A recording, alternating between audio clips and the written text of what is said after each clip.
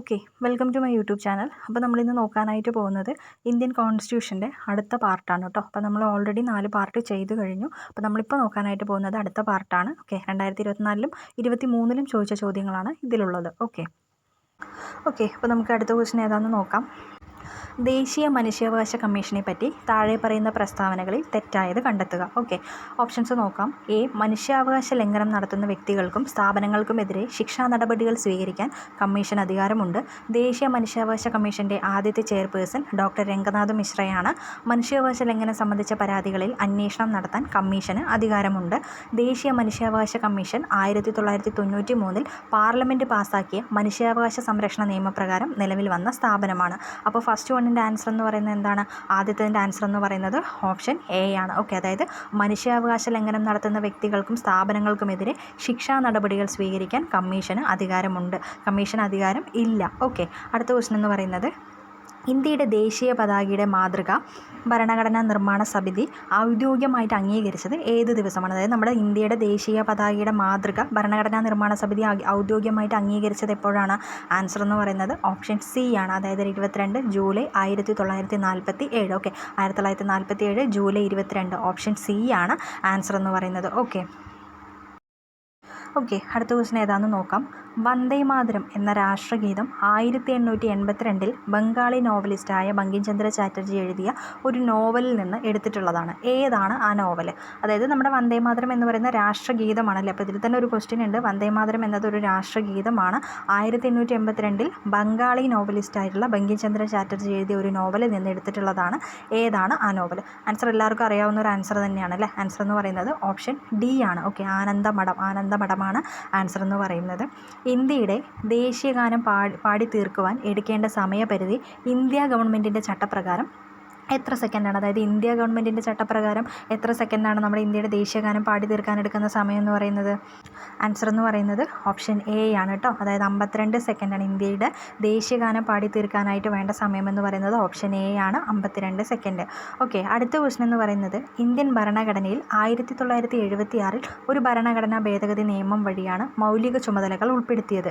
താഴെ പറയുന്നവയിൽ ഏത് ഭേദഗതി നിയമം അനുസരിച്ചാണ് 10 ചുമതലകൾ ഇന്ത്യൻ ഭരണഘടനയിൽ ഉൾപ്പെടുത്തിയത്? അല്ലേ, അതായത് ഇന്ത്യൻ ഭരണഘടനയിൽ 1976 ഒരു ഭരണഘടനാ ഭേദഗതി നിയമം വഴിയാണ് മൗലിക ചുമതലകൾ ഉൾപ്പെടുത്തിയത്. അപ്പോൾ ഏത് ഭേദഗതി നിയമം അനുസരിച്ചാണ് 10 ചുമതലകൾ ഇന്ത്യൻ ഭരണഘടനയിൽ ഉൾപ്പെടുത്തിയത്? ആൻസർ എന്ന് പറയുന്നത് ആൻസർ ഓപ്ഷൻ സി ആണല്ലേ. 42ാം ഭേദഗതി പ്രകാരമാണ് 10 ചുമതലകൾ ഇന്ത്യൻ ഭരണഘടനയിൽ ഉൾപ്പെടുത്തിയത്. ഓക്കെ, ആൻസർ എന്ന് പറയുന്നത് ഓപ്ഷൻ സി, 42ാം ഭേദഗതി. ഓക്കെ, അടുത്ത ക്വസ്റ്റ്യൻ ഏതാണെന്ന് നോക്കാം. ഇന്ത്യൻ ഭരണഘടനയുടെ ഭാഗം 3 പൗരന്മാർക്ക് ചില മൗലിക അവകാശങ്ങൾ ഉറപ്പു നൽകുന്നു. താഴെ പറയുന്നവയിൽ ഒരു അവകാശം ഭാഗം 3-ൽ ഉൾപ്പെടുത്തിയിട്ടില്ല. ഏതാണ് ആ അവകാശം? അല്ലേ, അപ്പോൾ നമുക്ക് ഓപ്ഷൻസ് ഏതൊക്കെയാണെന്ന് നോക്കാം. വ്യക്തി സ്വാതന്ത്ര്യത്തിനുള്ള അവകാശം, തുല്യ ജോലിക്ക് തുല്യ വേതനത്തിനുള്ള അവകാശം, ഇഷ്ടമുള്ള മതത്തിൽ വിശ്വസിക്കാനുള്ള അവകാശം, സമത്വത്തിനുള്ള അവകാശം. അല്ലേ, ആൻസർ എല്ലാവർക്കും അറിയാവുന്നത് തന്നെയാണ്. ഓപ്ഷൻ ബി ആണ്. അതായത് തുല്യ ജോലിക്ക് തുല്യ വേതനത്തിനുള്ള അവകാശം. ഇന്ത്യൻ ഭരണഘടനയുടെ ഭാഗം 3-ൽ പൗരന്മാർക്ക് ചില മൗലിക അവകാശങ്ങൾ ഉറപ്പു നൽകുന്നു. എന്നാൽ ഇതിൽ ഭാഗം 3-ൽ ഉൾപ്പെടുത്തിയിട്ടില്ലാത്തത് ഏതാണെന്നാണ് ചോദിച്ചിരിക്കുന്നത്. ഓപ്ഷൻ ബി, തുല്യ ജോലിക്ക് തുല്യ വേതനം എന്നുള്ള അവകാശം 3-ൽ ഉൾപ്പെടുത്തിയിട്ട് ഇല്ല. ഓക്കെ, അടുത്ത ക്വസ്റ്റ്യൻ എന്ന് പറയുന്നത് ഇന്ത്യൻ ഭരണഘടനയുടെ വകുപ്പ് 21A, അതായത് 6 മുതൽ 14 വയസ്സ് വരെയുള്ള കുട്ടികൾക്ക് സൗജന്യവും നിർബന്ധിതവുമായ വിദ്യാഭ്യാസം ഒരു മൗലിക അവകാശമായി ഉറപ്പു നൽകുന്നു. ഏത് ഭരണഘടനാ ഭേദഗതി നിയമം അനുസരിച്ചാണ് ഈ വകുപ്പ് ഭരണഘടനയിൽ ഉൾപ്പെടുത്തിയത്? അപ്പോൾ ആൻസർ എന്ന് പറയുന്നത് എന്താണ്? ആൻസർ എന്ന് പറയുന്നത് ഓപ്ഷൻ എ ആണ്, 86ാം ഭേദഗതി. ഓക്കെ, 86ാം ഭേദഗതി പ്രകാരമാണ് ഈ 6 മുതൽ 14 വയസ്സ് വരെയുള്ള കുട്ടികൾക്കുള്ള വിദ്യാഭ്യാസം അല്ലേ, അതായത് നിർബന്ധിതവും സൗജന്യവുമായിട്ടുള്ള വിദ്യാഭ്യാസം അല്ലേ. അപ്പോൾ അതിൽ ഉൾപ്പെടുത്തിയിരിക്കുന്ന ഭേദഗതി എന്ന് പറയുന്നത് 86ാം ഭേദഗതിയാണ്. ആൻസർ എന്ന് പറയുന്നത് ഓപ്ഷൻ എ. നെക്സ്റ്റ് ക്വസ്റ്റ്യൻ ഏതാണെന്ന് നോക്കാം.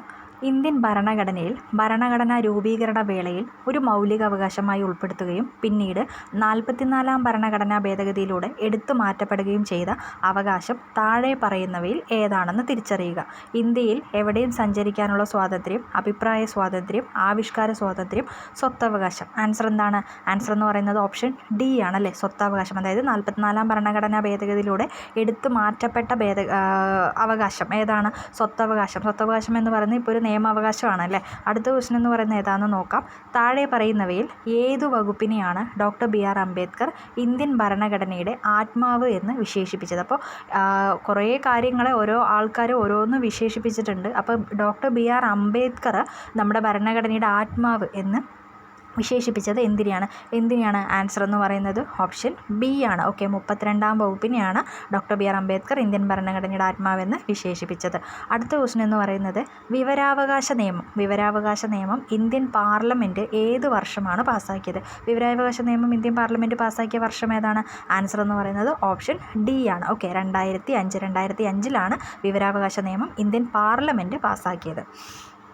നെക്സ്റ്റ് ക്വസ്റ്റ്യൻ, ഇന്ത്യൻ ഭരണഘടനയുടെ ആമുഖം എഴുതിയത് ആര്? ഇന്ത്യൻ ഭരണഘടനയുടെ ആമുഖം എഴുതിയത് ആരാണ്? ആൻസർ എന്ന് പറയുന്നത് ഓപ്ഷൻ എ ആണ്. ഓക്കെ, ജവഹർലാൽ നെഹ്റു ആണ് ഇന്ത്യൻ ഭരണഘടനയുടെ ആമുഖം എഴുതിയത്. അടുത്ത ക്വസ്റ്റ്യൻ, ഇന്ത്യൻ ഭരണഘടനയിൽ പൗരത്വത്തെക്കുറിച്ച് പ്രതിപാദിക്കുന്ന വകുപ്പുകൾ ഏതിലാണുള്ളത്? ആൻസർ എന്ന് പറയുന്നത് ഓപ്ഷൻ സി ആണ്. ഓക്കെ, 5 മുതൽ 11 വരെയാണ് ഇന്ത്യൻ ഭരണഘടനയിൽ പൗരത്വത്തെക്കുറിച്ച് പ്രതിപാദിക്കുന്ന വകുപ്പുകൾ എന്ന് പറയുന്നത്. അടുത്ത ക്വസ്റ്റ്യൻ എന്ന് പറയുന്നത് ഇത് ക്യാൻസൽ ചെയ്തിട്ടുള്ളൊരു ക്വസ്റ്റ്യൻ ആണ്, സോ അത് നോക്കേണ്ട കാര്യം ഇല്ല. അടുത്ത ക്വസ്റ്റ്യൻ, 73ാമത് ഭരണഘടനാ ഭേദഗതി എന്തുമായി ബന്ധപ്പെട്ടിരിക്കുന്നു? ആൻസർ എന്ന് പറയുന്നത് ഓപ്ഷൻ ഡി പഞ്ചായത്ത് രാജ്. 73ാമത് ഭരണഘടനാ ഭേദഗതി ഓപ്ഷൻ ഡി പഞ്ചായത്ത് രാജുമായിട്ടാണ് ബന്ധപ്പെട്ടിരിക്കുന്നത്. തുല്യ ജോലിക്ക് തുല്യ വേതനം മാർഗ്ഗനിർദ്ദേശ തത്വങ്ങളിൽ ഏത് ആർട്ടിക്കിളുമായി ബന്ധപ്പെട്ടിരിക്കുന്നു? അപ്പോൾ മാർഗ്ഗനിർദ്ദേശ തത്വങ്ങളിൽ ഏത് ആർട്ടിക്കിളുമായിട്ടാണ് ബന്ധപ്പെട്ടിരിക്കുന്നത്? ആൻസർ എന്ന് പറയുന്നത് ഓപ്ഷൻ എ ആണ്. Okay, 39D. ഭരണഘടനയുടെ ശില്പി എന്നറിയപ്പെടുന്നത് ആരാണ്? ഓപ്ഷൻ ബി ആണ് അല്ലേ, അംബേദ്കർ ആണ് ഭരണഘടനയുടെ ശില്പി എന്ന് അറിയപ്പെടുന്നത്. നെക്സ്റ്റ് ക്വസ്റ്റ്യൻ, മാർഗ്ഗനിർദ്ദേശ തത്വങ്ങളിൽ കുടിൽ വ്യവസായത്തെക്കുറിച്ച് പ്രതിപാദിക്കുന്ന വകുപ്പ് ഏതാണ്? ആൻസർ എന്ന് പറയുന്നത് ഓപ്ഷൻ ഡി ആണ്. ഓക്കെ, 43ാം വകുപ്പാണ് മാർഗ്ഗനിർദ്ദേശ തത്വങ്ങളിൽ കുടിൽ വ്യവസായത്തെക്കുറിച്ച് പ്രതിപാദിക്കുന്നത്. മാർഗ്ഗനിർദ്ദേശ തത്വങ്ങൾ പ്രതിപാദിക്കുന്ന വകുപ്പ് ഏതാണ്? ആൻസർ എന്ന് പറയുന്നത് ഓപ്ഷൻ എ ആണ്. ഓക്കെ, 3651 മാർഗ്ഗനിർദ്ദേശ തത്വങ്ങൾ പ്രതിപാദിക്കുന്നത്. ഭരണഘടനാ നിർമ്മാണ സമിതി ഭരണഘടന അംഗീകരിച്ചത് എപ്പോഴാണ്? 1949 നവംബർ 26. ഓക്കെ, 1949 നവംബർ 26 ഭരണഘടനാ നിർമ്മാണ സമിതി ഭരണഘടന അംഗീകരിച്ചത്. ഓക്കെ, അടുത്ത ക്വസ്റ്റ്യൻ, പൗരന്മാർക്ക് ഭാരതത്തിൻ്റെ ഭൂപ്രദേശമൊട്ടാകെ ഏകരൂപമായ ഒരു സിവിൽ നിയമ സംഹിത അപ്രാപ്യമാക്കുവാൻ രാഷ്ട്രം യത്നിക്കേണ്ടതുണ്ട്. ഭരണഘടനയുടെ ഏത് ഭാഗത്താണ് ഈ പ്രസ്താവന ഉൾക്കൊള്ളിച്ചിരിക്കുന്നത്? അപ്പോൾ ഏത് ഭാഗത്താണ്? അതായത് പൗരന്മാർക്ക് ഭാരതത്തിൻ്റെ ഭൂപ്രദേശമൊട്ടാകെ ഏകരൂപമായ ഒരു സിവിൽ നിയമ സംഹിത സംപ്രാപ്തമാക്കുവാൻ രാഷ്ട്രം യത്നിക്കേണ്ടതാണ്. അപ്പോൾ ഏത് ഭാഗത്താണ് ഈ പ്രസ്താവന ഉൾക്കൊള്ളിച്ചിരിക്കുന്നത്? ആൻസർ എന്ന് പറയുന്നത് ഓപ്ഷൻ സി ആണല്ലേ, നിർദ്ദേശക തത്വങ്ങളിലാണ് ഇത് ഉൾക്കൊള്ളിച്ചിരിക്കുന്നത്. ഓക്കെ, അടുത്ത ക്വസ്റ്റ്യൻ എന്ന് പറയുന്നത് മൗലിക കടമകളുമായിട്ട് ബന്ധപ്പെട്ട ശരിയായ പ്രസ്താവന അല്ലെങ്കിൽ പ്രസ്താവനകൾ ഏത്? 42ാം ഭരണഘടനാ ഭേദഗതിയിലൂടെ നിലവിൽ വന്നു. ഇന്ത്യയുടേത് റഷ്യൻ മാതൃകയിലുള്ളതാണ്. 11 മൗലിക കടമകൾ നമ്മുടെ ഇന്ത്യൻ ഭരണഘടനയിലുണ്ട്. 6 മുതൽ 14 വയസ്സ് വരെയുള്ള കുട്ടികളെ സ്കൂളിൽ അയക്കേണ്ടത് രക്ഷിതാക്കളുടെ കടമയാണ്. അപ്പോൾ ഇതിൽ ആൻസർ ശരിയായിട്ടുള്ളത് ഏതാണ്? ശരിയായിട്ടുള്ളതെന്ന് പറയുന്നത് ഓപ്ഷൻ സി ആണല്ലേ, അതായത് 1, 2, 3, 4 ശരിയാണ്. ഓക്കെ, അതായത് ഓപ്ഷൻ സി. ഓക്കെ, അടുത്ത ക്വസ്റ്റ്യൻ എന്ന് പറയുന്നത് ഇന്ത്യൻ രാഷ്ട്രപതിയുമായി ബന്ധപ്പെട്ട പ്രസ്താവനകളിൽ തെറ്റായ പ്രസ്താവന അല്ലെങ്കിൽ പ്രസ്താവനകൾ ഏത്? ഓക്കെ, രാഷ്ട്രപതിയുടെ കാലാവധി അവസാനിച്ചാലും അദ്ദേഹത്തിൻ്റെ പിൻഗാമി ഉദ്യോഗത്തിൽ പ്രവേശിക്കുന്നതുവരെ ഉദ്യോഗത്തിൽ തുടരാം. രാഷ്ട്രപതിയുടെ സത്യപ്രതിജ്ഞ സുപ്രീം കോടതി ചീഫ് ജസ്റ്റിസിൻ്റെ അഭാവത്തിൽ ഉപരാഷ്ട്രപതി മുൻപാകെ ചെയ്യാം. 2 പ്രാവശ്യത്തിൽ കൂടുതൽ രാഷ്ട്രപതിയെ തിരഞ്ഞെടുക്കുവാൻ പാടില്ല. രാഷ്ട്രപതിക്കെതിരെയുള്ള ആക്ഷേപ വിചാരണ ആരംഭിക്കേണ്ടത് ലോക്സഭയിലാണ്. ഓക്കെ, ആൻസർ എന്ന് പറയുന്നത് എന്താണ്? ആൻസർ എന്ന് പറയുന്നത് ഓപ്ഷൻ എ ആണല്ലേ, അതായത് തെറ്റായ പ്രസ്താവന ഏതാണെന്നാണ് ചോദിച്ചിരിക്കുന്നത്. അപ്പോൾ ആൻസർ എന്ന് പറയുന്നത് ഓപ്ഷൻ എ ആണ്. 2, 3, 4 തെറ്റായ പ്രസ്താവന തന്നെ ആണ്. ഓക്കെ, അടുത്ത ക്വസ്റ്റ്യൻ, ഭരണഘടനയുടെ 91ാം ഭേദഗതിയുമായിട്ട് ബന്ധപ്പെട്ട ശരിയായ പ്രസ്താവന അല്ലെങ്കിൽ പ്രസ്താവനകൾ ഏത്? ഓപ്ഷൻസ് നോക്കാം. 2004 ഭേദഗതി നിലവിൽ വന്നു. കേന്ദ്രമന്ത്രിസഭയിൽ പ്രധാനമന്ത്രി ഉൾപ്പെടെ ലോക്സഭാ അംഗങ്ങളുടെ 15% കൂടുതൽ മന്ത്രിമാർ പാടില്ല. ഈ ഭേദഗതി മുന്നോട്ട് വെച്ച കമ്മിറ്റിയുടെ ചെയർമാൻ പ്രണബ് മുഖർജിയാണ്. ഈ ഭേദഗതി സംസ്ഥാന മന്ത്രിസഭയ്ക്കും ബാധകമാണ്. അപ്പോൾ ആൻസർ എന്ന് പറയുന്നത് എന്താണ്? ആൻസർ എന്ന് പറയുന്നത് ഓപ്ഷൻ ഡി ആണ്. 1, 2, 3, 4 ആണ് കേട്ടോ, അതായത് എല്ലാ പ്രസ്താവനകളും ശരിയാണ്. ഓക്കെ, അടുത്ത ക്വസ്റ്റ്യൻ എന്ന് പറയുന്നത് ഇത് തെറ്റായിട്ടുള്ളൊരു ക്വസ്റ്റ്യനാണ്, സോ അതുകൊണ്ട് തന്നെ ഇത് നോക്കേണ്ട കാര്യം ഇല്ല. ഓക്കെ, ഭരണഘടനയുടെ പ്രീവിയസ് ക്വസ്റ്റ്യൻസിൻ്റെ ലാസ്റ്റ് പാർട്ടാണ് കേട്ടോ ഇത്. കാരണം ഞാൻ 25-30 മിനിറ്റുള്ള വീഡിയോസാണ് ചെയ്തുകൊണ്ടിരുന്നത്. അപ്പോൾ നമ്മൾ 15-20 ക്വസ്റ്റ്യൻ പേപ്പേഴ്സൊക്കെ എടുത്തിട്ടാണ് നമ്മളത് സോർട്ട് ചെയ്തിട്ടാണ് നമ്മൾ ഇത്രയും ക്വസ്റ്റ്യൻസ് ഇടുന്നത്. പക്ഷേ അതിനൊന്നും വിചാരിച്ച പോലൊരു വ്യൂസ് ഒന്നും കിട്ടുന്നില്ല. അപ്പോൾ എൻ്റെ എഫേർട്ട് ഭയങ്കരമായിട്ട് പോവുകയാണ്. അപ്പോൾ ഞാൻ ഇനി മുതൽ അതുകൊണ്ട് ഒരു 10 മിനിറ്റ്സ് വരെയുള്ള പ്രീവിയസ് ക്വസ്റ്റ്യൻസൊക്കെ ഞാൻ ഇടുന്നുള്ളൂ. അത്രയും ലെങ്ത്ത് വരുന്ന വീഡിയോസ് മാത്രമേ ഇടുന്നുള്ളൂ. ഓക്കെ, നമുക്ക് വ്യൂസ് വരികയാണെന്നുണ്ടെങ്കിൽ ഞാൻ വലിയ വീഡിയോസ് ഇടാം. നിങ്ങൾ വേണമെന്നുണ്ടെങ്കിൽ കമൻറ്റ് ചെയ്യുക. ഓക്കെ, ലോങ് വീഡിയോസാണ് പ്രീവിയസ് ക്വസ്റ്റ്യൻസിൻ്റെ വേണ്ടതെന്നുണ്ടെങ്കിൽ കമൻറ്റ് ചെയ്യുക. Okay, thank you.